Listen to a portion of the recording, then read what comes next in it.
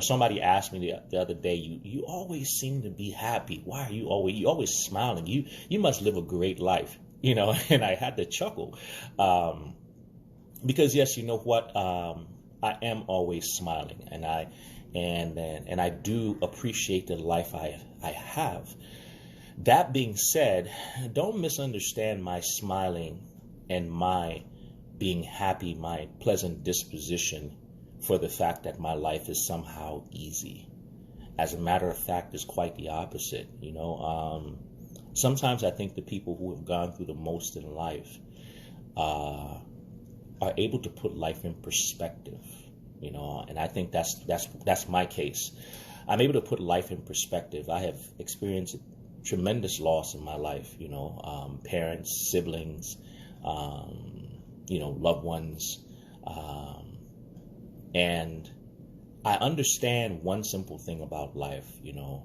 Sometimes the days are long, but the years are really short, and you have to learn how to soak up life, because it is a one-time ride, and you can't get bogged down in the things that go wrong and ignore all the things that are going right. Ignore the tremendous opportunity for life. Ignore the tremendous opportunity that you have the choice to either get weighed down or to float along. Okay? Happiness, once again, is not a destination. Happiness is a mode of travel. It doesn't matter what's going on outside and around you. Happiness is something that you carry inside. And sometimes the most rebellious act against pain and suffering is the ability to smile, the ability to look on a brighter side of life, the ability to appreciate the things that are right.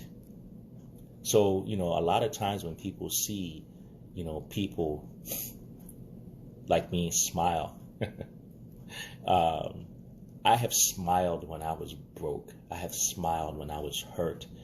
I smiled at my father's funeral. I laughed at my father's funeral. It's not because it was funny, but sometimes we have to always look on the lighter side of things, because if we don't, life can be rough. Life is rough as it is. It doesn't need your help. It doesn't need your help. You don't need to continue to pull yourself down into the dumps. You can make a choice. All right? But when you see someone who, like me, who smiles often, when you see someone like me who seems to have a pleasant disposition, very even keel is what I've been described as,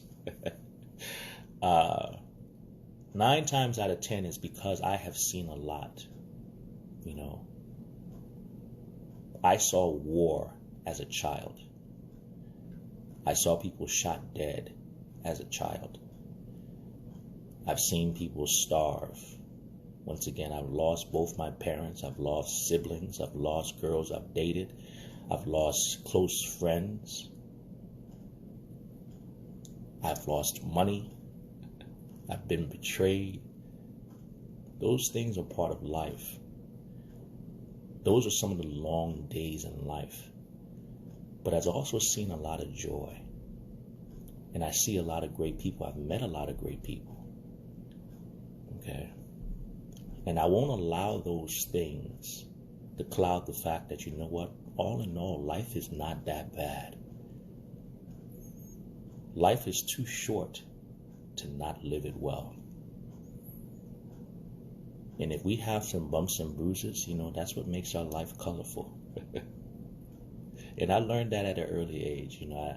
Like I said, I lost my dad at a very early age, and had a lot of conversations with him. And it's an amazing thing to see a man in pain on his deathbed cracking jokes. It gives you a whole different perspective on life. He's cracking jokes that he knows when he laughs is going to cause him excruciating pain. And you see the tears rolling out down his eyes, but he's still laughing. Perspective, my friends. When you gain a better perspective on life, right? Sometimes you will understand better how easy it is to smile. at the little things. You know, when you come face to face with your death and you come out on the other side, you value life a little bit more. Okay?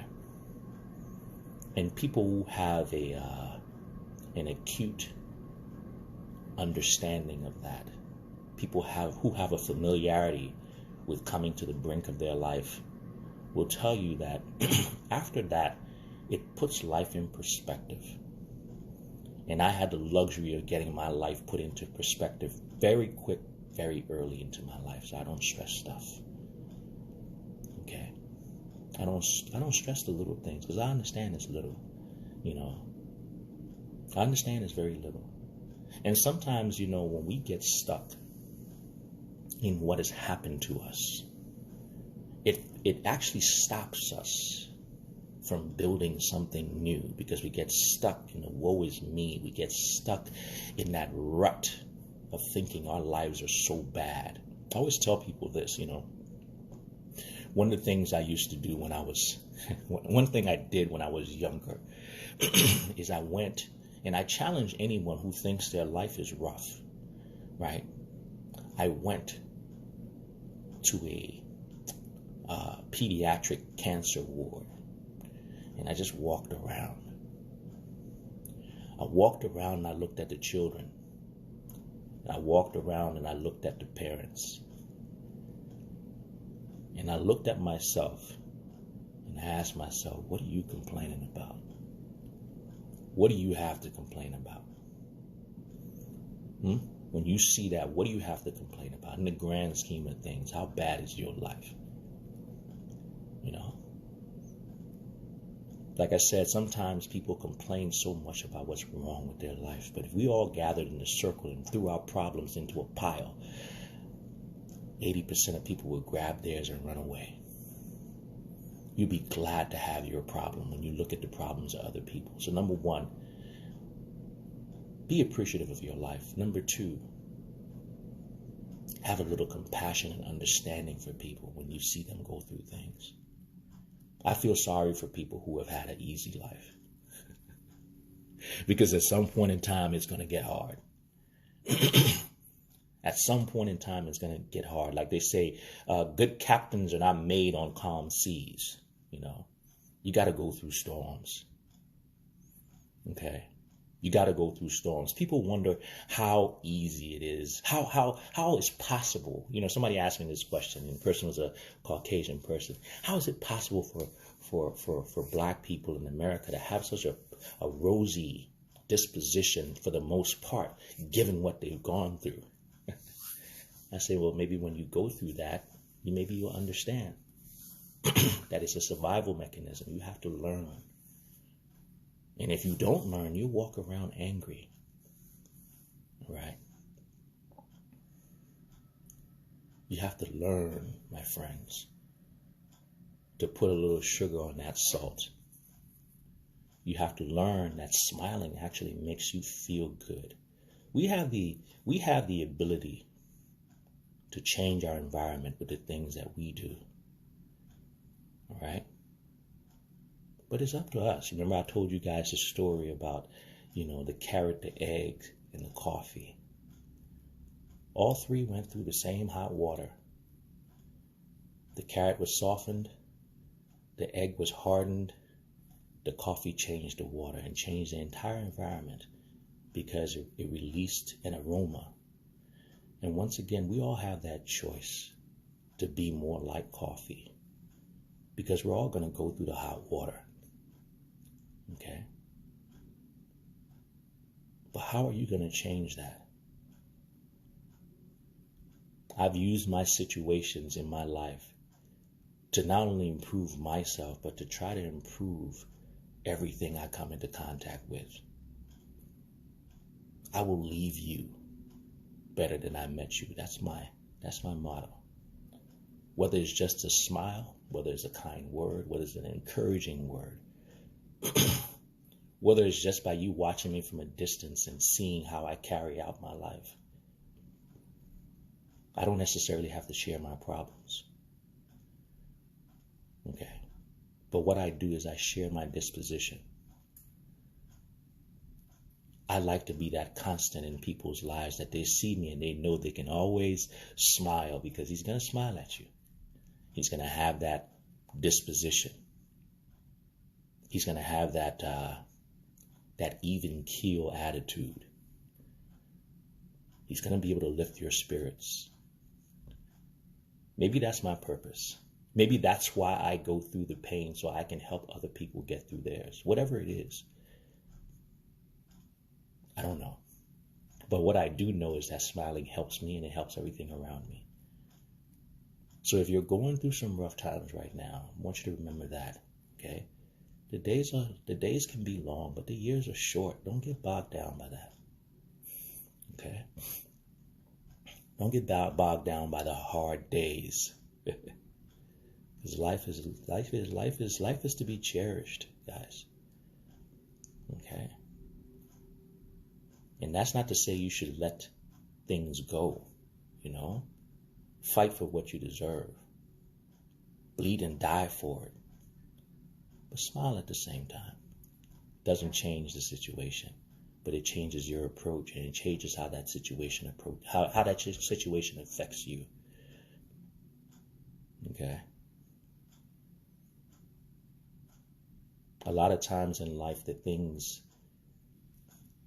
your biggest weapon against hard times is your mind. I shouldn't say a lot of times, period. Your biggest weapon against anything is your mind. It's how you approach it, your perception, how you decide to deal with it. Once again, happiness is not a destination, it's a mode of travel, and you can decide to prosecute your life in any way you want. Why not be happy about it? Because that is, at the end of the day, that's the only thing you really do control.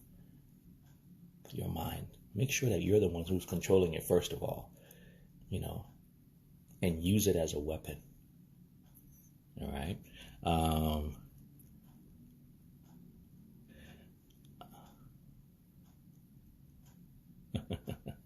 Anyway, guys, happy Friday. I hope you guys enjoy the day. And for the people who always wonder why I'm always smiling, because I've seen worse. Okay. I've seen worse, and I know worse is out there.